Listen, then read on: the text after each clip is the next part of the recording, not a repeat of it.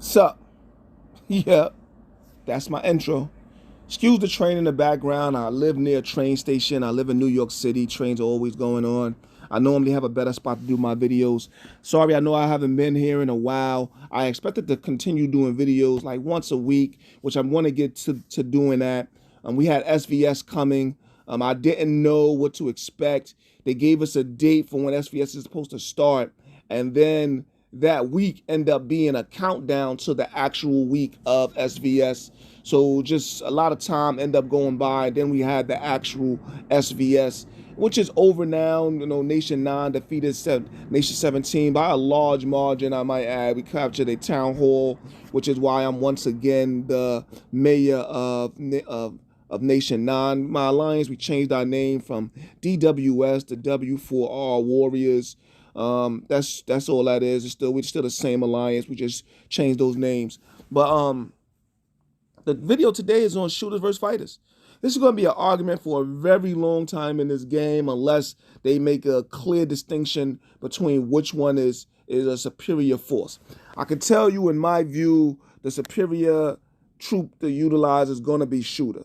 And I know why people are going to say fighters. The very first reason why they're going to say fighter is because when you go down to the garrison and then you look at the dichotomy of what beats what, you see that fighters beat shooters, shooters beat drivers, and drivers beat fighters. If you've been playing this game for any length of time, you know you don't want to use drivers at all. Except the farm. They're trash. You're not going to really use it much. I am able to hit a level 14 Reaper with my all driver team, but I've been unable to hit a level 15 with the all drivers team.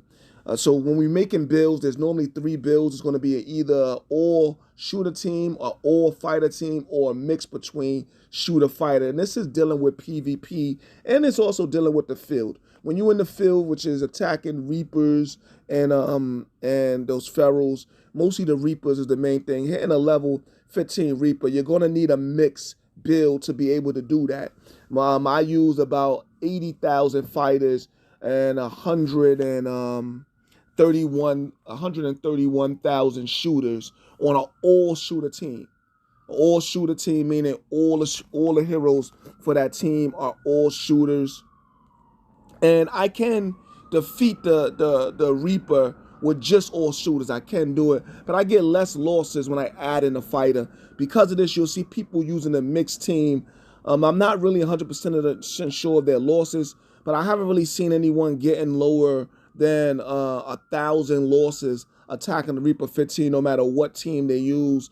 And if they are, it's not more so the team. It's probably going to be because of how they mix the troops. Because I know I can change the troop formation as far as maybe use 75,000 and then 136,000 and possibly get less losses. You can change that around, but as you continue to grow your heroes and add to them, to their skills, you get to be able to add more troops to the formation, and then that kind of like throws it off balance. So until I'm completely have all of their skill ones completed, then I'm just going to just leave it at the 80,000 fighters, and then the rest is going to be shooters.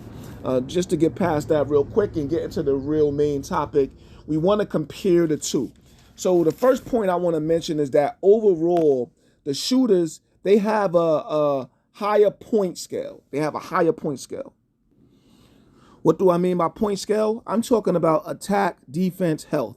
When we figure in the point scale, we're not utilizing all of the stats. We're not going to go over the food cost, the march speed, the load, the power, the water cost. When it comes to food cost and water cost, it's going to pretty much be the same as you do in your tech. And the power is going to be exactly the same. They both 8.2 power each individual troop.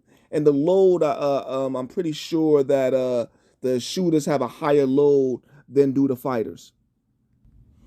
So when we're talking about the point scale, we're talking about adding together all 3 of these main important stats that are going to be applicable in PvP. In PvP, these are the 3 stats that you're going to be utilizing. And it's not a huge difference. Shooters has a 194 adding those 3 together, and fighters have 192.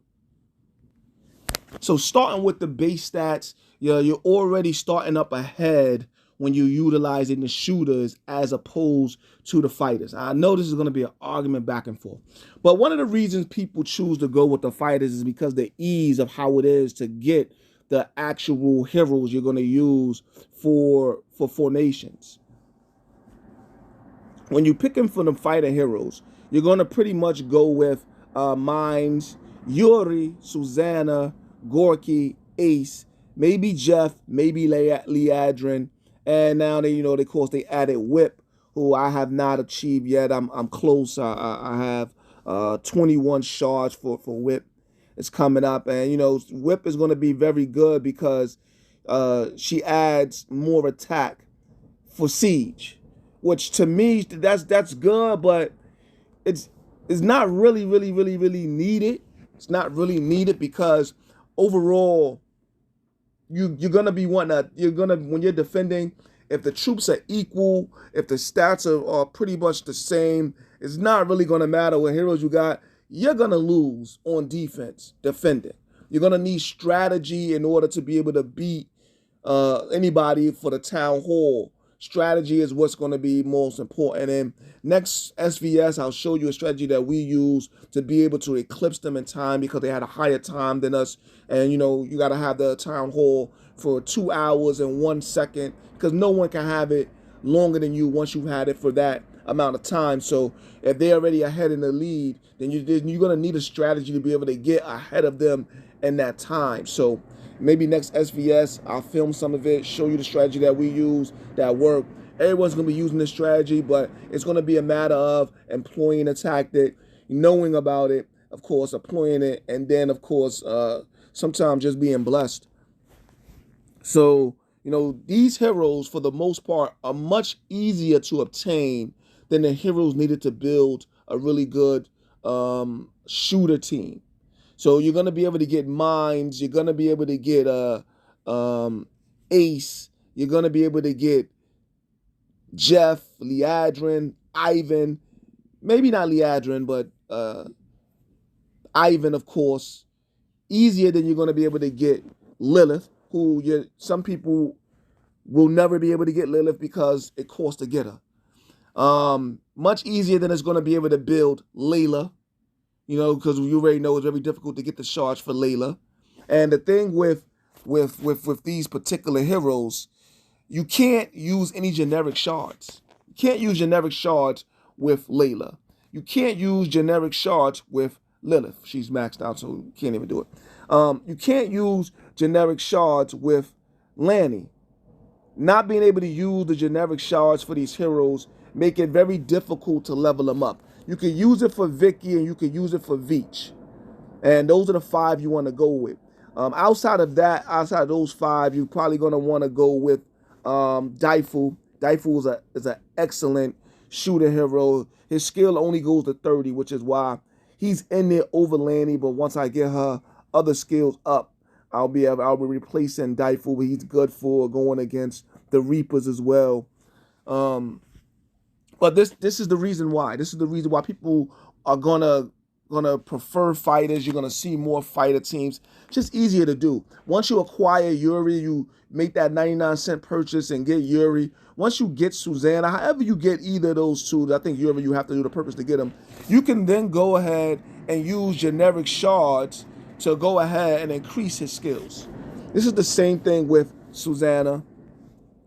You can use generic shards to increase her skills. This is the same thing with Gorky. You can then go ahead and use generic shards to increase skills. You know what I mean? So because you're able to do that, building a full fighter team is something that's easier to do than building a full shooter team.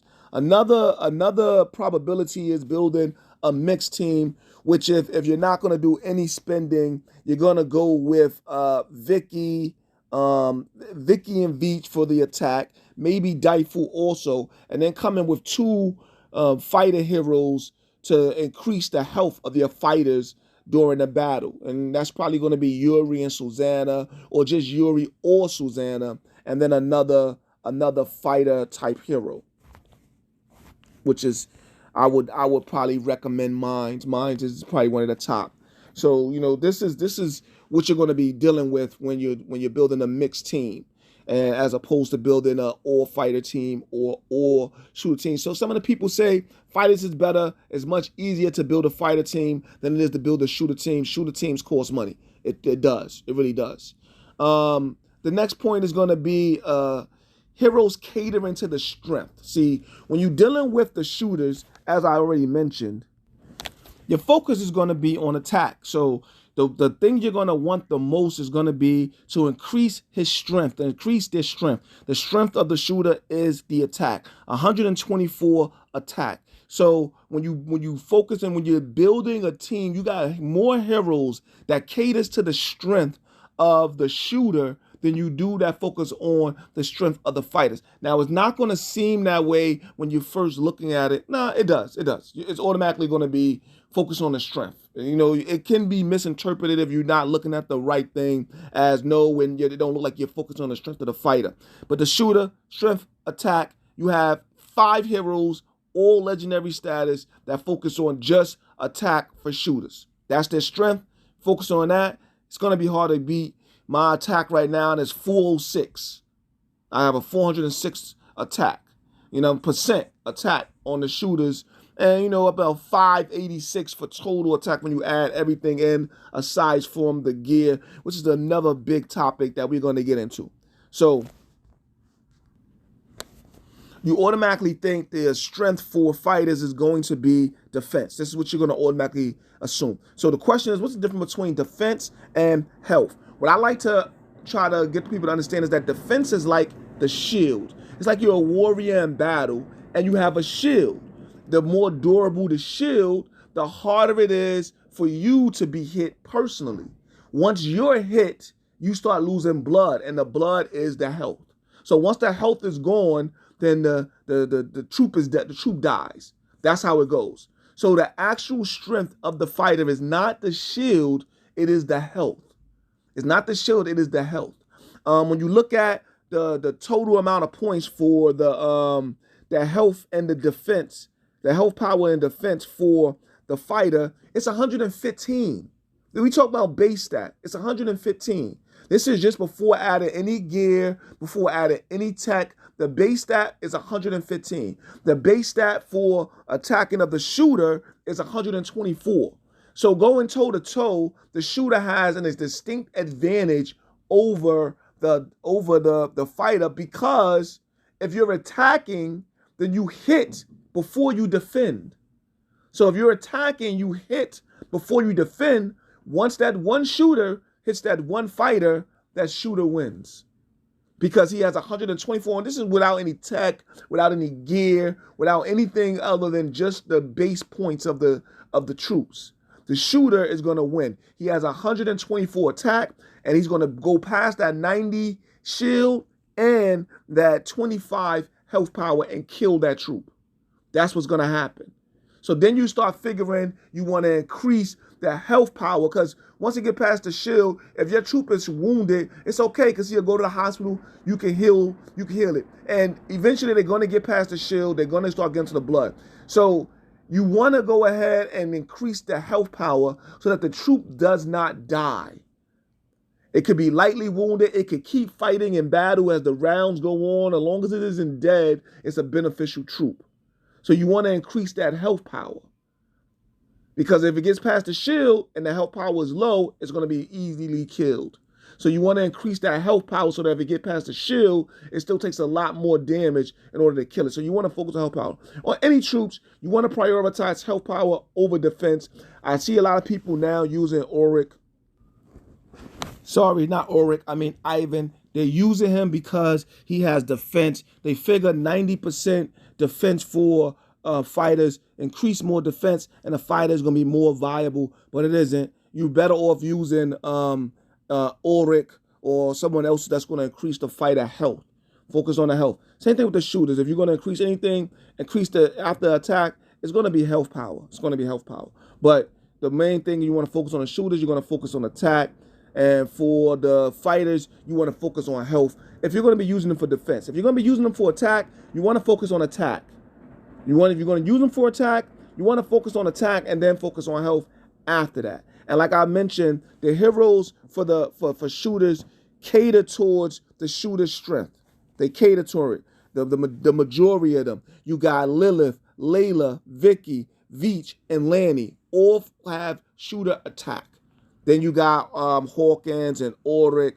Hawkins dealing with shooter health, and Ulrich dealing with, and Ulrich or Ulrich dealing with shooter health as well. But you know, this is 5 heroes all catering to the strength of the shooter. And when it comes to the fighter heroes, you have health focus is going to be Mines, Yuri, Susan, Gorky, and Ace. You know what I mean? Those are going to be health focused. They're going to be more focused on health. Well, no, let me change that, because Mines, I believe, is attack. No, it's definitely health. I don't know why I would think that would be attack. Correction, with the introduction of Whip, they will have 5 heroes that focus on fighter health, and that's going to be Mines, Susanna, I believe. Is it Gorky? Yes, Gorky is 3. Ace is attack. Ivan is defense. Jeff is attack as well. Leadrin is defense. Nope, that's only 4. That's Whip is going to be the 4th one, focusing on fighter health. Yuri is attack, I believe. Yes. So, you know what I mean? Those are you got 4 that focus on what you need to focus on when it comes to dealing with the fighters. So, you know, it's just easier to do the fighter build, but, you know, it's easier to do the fighter build. However, you know, it's just deadlier to do a shooter build.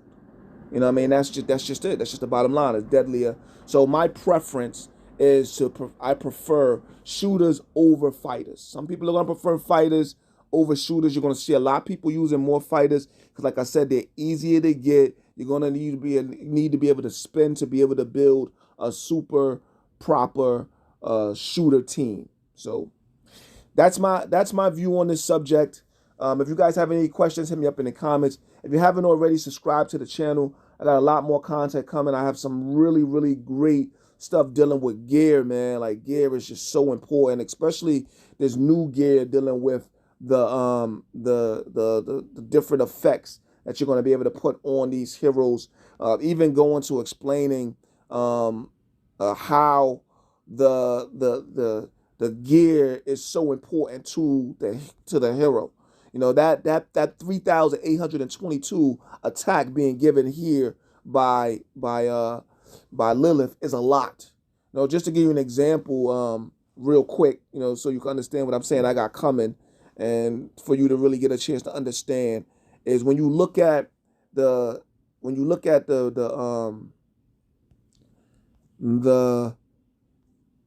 stats for my attacks, not that one. And then you see my total shooter attack bonus is at 582.7%.